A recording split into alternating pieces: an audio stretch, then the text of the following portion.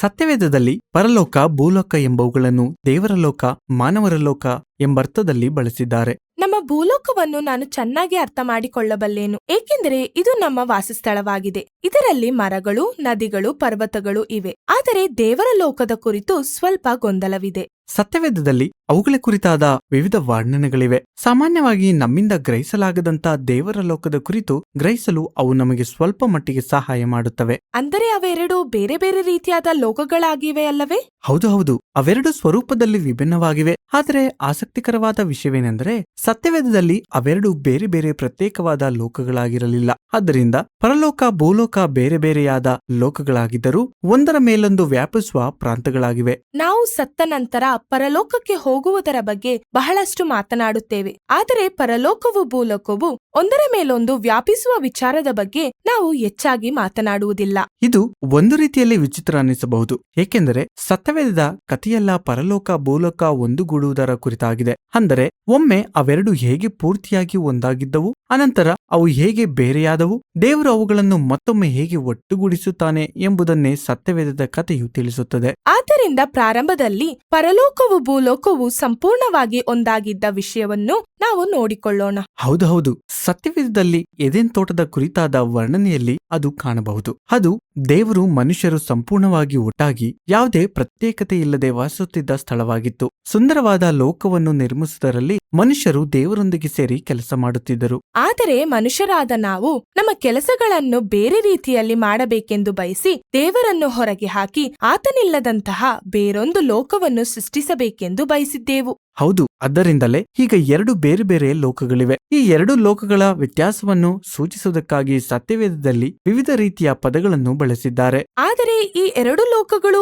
ಒಂದುಗೂಡುತ್ತವೆ ಎಂದು ನೀವು ಹೇಳಿದಿರಲ್ಲವೇ? ಅದರ ಬಗ್ಗೆ ವಿವರಿಸಿ ಹೇಳಿರಿ. ನಾವು ಇಲ್ಲಿ ದೇವಾಲಯಗಳ ಕುರಿತಾಗಿ ಮಾತನಾಡಿಕೊಳ್ಳಬೇಕಾಗುತ್ತದೆ, ಏಕೆಂದರೆ ಸತ್ಯವೇದದ ಕಾಲದಲ್ಲಿ ನೀವು ದೇವರ ಪ್ರಸನ್ನತೆಯನ್ನು ಅನುಭವಿಸಬೇಕಾದರೆ ದೇವಾಲಯಕ್ಕೆ ಹೋಗಬೇಕಾಗಿತ್ತು. ಹಾಗೂ ಅಲ್ಲಿಯೇ ಪರಲೋಕವು ಭೂಲೋಕವು ಒಂದುಗೂಡುವಂತದ್ದು. ಸತ್ಯವೇದದಲ್ಲಿ ಎರಡು ರೀತಿಯಾದ ದೇವಾಲಯಗಳ ಬಗ್ಗೆ ವಿವರಿಸಲಾಗಿದೆ. ಒಂದು ದೇವದರ್ಶನ ಗೂಡಾರ, ಅದು ಮೋಶೆಯು ಕಟ್ಟಿಸಿದ ಗೂಡಾರ. ಮತ್ತೊಂದು ಸೊಲೊಮೋನನು ಕಟ್ಟಿಸಿದ ಭಾರಿ ದೊಡ್ಡ ಕಟ್ಟಡ. ಈ ದೇವಾಲಯಗಳನ್ನು ಹಣ್ಣಿನ ಮರಗಳು, ಹೂಗಳು, ದೇವದೂತರ ಚಿತ್ರಣಗಳಿಂದ, ಸಕಲ ವಿಧವಾದ ಬಂಗಾರ, ಮುತ್ತುರತ್ನ ಮೊದಲಾವುಗಳಿಂದ ಅಲಂಕರಿಸಿದ್ದರು. ಇವೆಲ್ಲವೂ ನೀವು ತಿರುಗಿ ಎದೆನ್ ತೋಟಕ್ಕೆ ಹೋಗುವಂತಹ ಭಾವನೆಯನ್ನು ನಿಮ್ಮಲ್ಲಿ ಉಂಟು ಮಾಡುತ್ತವೆ. ದೇವಾಲಯದ ಮಧ್ಯಭಾಗದಲ್ಲಿದ್ದ ಮಹಾಪರಿಶುದ್ಧ ಸ್ಥಳ ಎಂಬುದು ದೇವರ ಪ್ರಸನ್ನತೆ ಇದ್ದಂತೆ ಅತಿ ಮುಖ್ಯವಾದ ಸ್ಥಳವಾಗಿತ್ತು. ಹಾಗಾದರೆ ಈಗ ನಾವು ಮತ್ತೆ ದೇವರೊಂದಿಗೆ ಇರಬಹುದಲ್ಲವೇ? ಅವಸರ ಪಡಬೇಡ, ಏಕೆಂದರೆ ದೇವಾಲಯದ ವಿಷಯದಲ್ಲಿಯೂ ಸಮಸ್ಯೆಗಳು ಉಂಟಾದವು. ದೇವರ ಲೋಕವು ಆತನ ಪ್ರಸನ್ನತೆ, ಒಳ್ಳೆತನ, ನ್ಯಾಯ, ಸೌಂದರ್ಯದಿಂದ ತುಂಬಿರುತ್ತದೆ. ಆದರೆ ಮನುಷ್ಯನ ಲೋಕವು ಪಾಪ, ಅನ್ಯಾಯ, ಅದರಿಂದುಂಟಾಗುವ ಅಸಹ್ಯಕಾರ್ಯವಾದ ದುಷ್ಪರಿಣಾಮಗಳಿಂದ ತುಂಬಿರುತ್ತದೆ. ಅವುಗಳ ನಡುವೆ ಅಷ್ಟು ವ್ಯತ್ಯಾಸ ಇರುವುದಾದರೆ, ಅವು ಒಂದಕ್ಕೊಂದು ವ್ಯತಿರಿಕ್ತವಾಗಿ ಕಾದಾಡುವುದಾದರೆ ಅವೆರಡೂ ಹೇಗೆ ಒಂದುಗೂಡುತ್ತವೆ? ಆ ಸಂಘರ್ಷಣೆಯು ಪ್ರಾಣಿ ಬಲಿಯ ಮೂಲಕ ಪರಿಹಾರವಾಯಿತು. ಇದು ವಿಚಿತ್ರವಾಗಿದೆ. ಪ್ರಾಣಿ ಬಲಿಗೂ ಅದಕ್ಕೂ ಸಂಬಂಧವೇನು? ಅದರ ಉದ್ದೇಶವೇನೆಂದರೆ, ಒಂದು ಪ್ರಾಣಿಯು ನಿಮ್ಮ ಜಾಗದಲ್ಲಿ ನಿಮಗೆ ಬದಲಾಗಿ ಬಲಿಯಾಗಿ ಸತ್ತಾಗ ಅದು ಪಾಪವನ್ನು ತೆಗೆದುಹಾಕಿ ಶುದ್ಧ ಸ್ಥಳವನ್ನು ಉಂಟು ಮಾಡುತ್ತದೆ. ಆಗ ನೀವು ನಿಸ್ಸಂಕೋಚವಾಗಿ ದೇವಾಲಯದೊಳಕ್ಕೆ ಪ್ರವೇಶಿಸಿ ದೇವರ ಸನ್ನಿಧಿಗೆ ಸೇರಬಹುದು.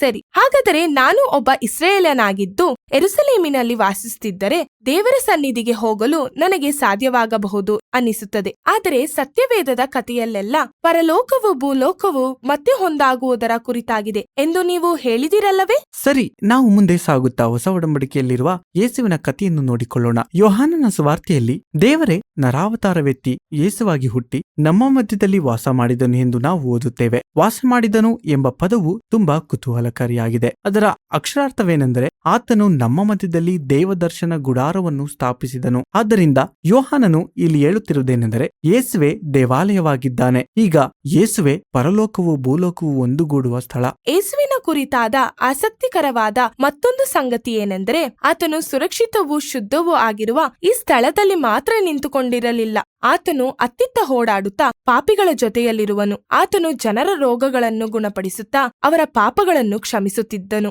ಆತನು ಪಾಪವೂ ಮರಣವೂ ತುಂಬಿರುವ ಲೋಕದಲ್ಲಿ ಸಂಚರಿಸುತ್ತಾ ಜನರು ದೇವರ ಪ್ರಸನ್ನತೆಯನ್ನು ಅನುಭವಿಸಲಾಗುವಂತೆ ಆತನು ಅಲ್ಲಲ್ಲಿ ಪರಲೋಕದಂತಹ ಚಿಕ್ಕ ಚಿಕ್ಕ ಅವಕಾಶಗಳನ್ನು ಸೃಷ್ಟಿಸುತ್ತಿದ್ದನು. ಅದಲ್ಲದೆ ಪರಲೋಕ ರಾಜ್ಯವು ಸಮೀಪವಾಯಿತು ಎಂದು ಆತನು ಎಲ್ಲರಿಗೂ ಸಾರಿ ಹೇಳುತ್ತಾ ಬಂದನು.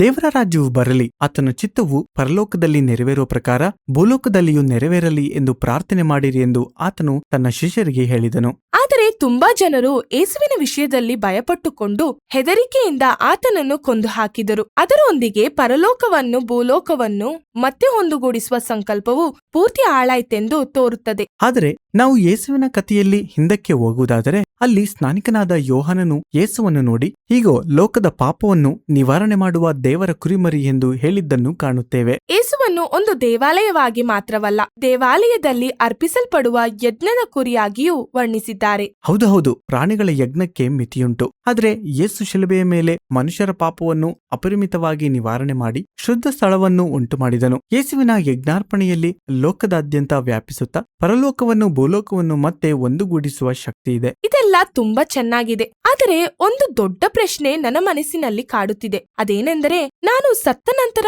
ಎಲ್ಲಿಗೆ ಹೋಗುತ್ತೇನೆ? ದೇವರ ಲೋಕದಲ್ಲಿ ಯೇಸುವಿನೊಂದಿಗೆ ಇರಲು ನಾನು ಹಾರಿಕೊಂಡು ಹೋಗುತ್ತೇನಾ? ಕ್ರೈಸ್ತರು ಸತ್ತ ನಂತರ ಯೇಸುವಿನೊಂದಿಗೆ ಪರಲೋಕದಲ್ಲಿ ಇರುತ್ತಾರೆ ಎಂದು ಹೊಸ ಒಡಂಬಡಿಕೆಯಲ್ಲಿ ಕೆಲವು ಕಡೆಯಲ್ಲಿ ನಾವು ಕಾಣುತ್ತೇವೆ. ಆದರೆ ಸತ್ಯವೇದದ ಕಥೆಯಲ್ಲಿ ಇದು ಮಾತ್ರವೇ ಪ್ರಾಮುಖ್ಯವಾದ ವಿಷಯವಲ್ಲ. ಯೇಸುವಿನ ಮೂಲಕ ಪರಲೋಕವು ಭೂಲೋಕವು ಹೇಗೆ ಮತ್ತೆ ಒಂದಾಗುತ್ತೆ ಎಂಬುದು, ಆತನು ಒಂದು ದಿನ ತಿರುಗಿ ಬರುವಾಗ ಅವು ಹೇಗೆ ಸಂಪೂರ್ಣವಾಗಿ ಒಂದಾಗುತ್ತವೆ ಎಂಬುದು ಪ್ರಾಮುಖ್ಯವಾದ ವಿಷಯವಾಗಿದೆ. ಪ್ರಕಟಣೆಯ ಪುಸ್ತಕದಲ್ಲಿ ಏದೆನ್ ತೋಟವು ಒಂದು ನಗರಿಯ ರೂಪದಲ್ಲಿ ಇಳಿದು ಬರುವ ಸೊಗಸಾದ ವರ್ಣನೆಯನ್ನು ನಾವು ಕಾಣುತ್ತೇವೆ. ಆ ನಗರಿಯು ಇಳಿದು ಬಂದು ಮಾನವ ಚರಿತ್ರೆಯನ್ನು ನೂತನ ಸೃಷ್ಟಿಯನ್ನಾಗಿ ಮಾಡುವ ಮೂಲಕ ಪಾಪದ ಮರಣದ ಯುಗವನ್ನು ಕೊನೆಗೊಳಿಸುತ್ತದೆ. ದೇವರ ಲೋಕವು ಮಾನವರ ಲೋಕವು ಮತ್ತೊಮ್ಮೆ ಸಂಪೂರ್ಣವಾಗಿ ಒಂದಾಗುತ್ತವೆ.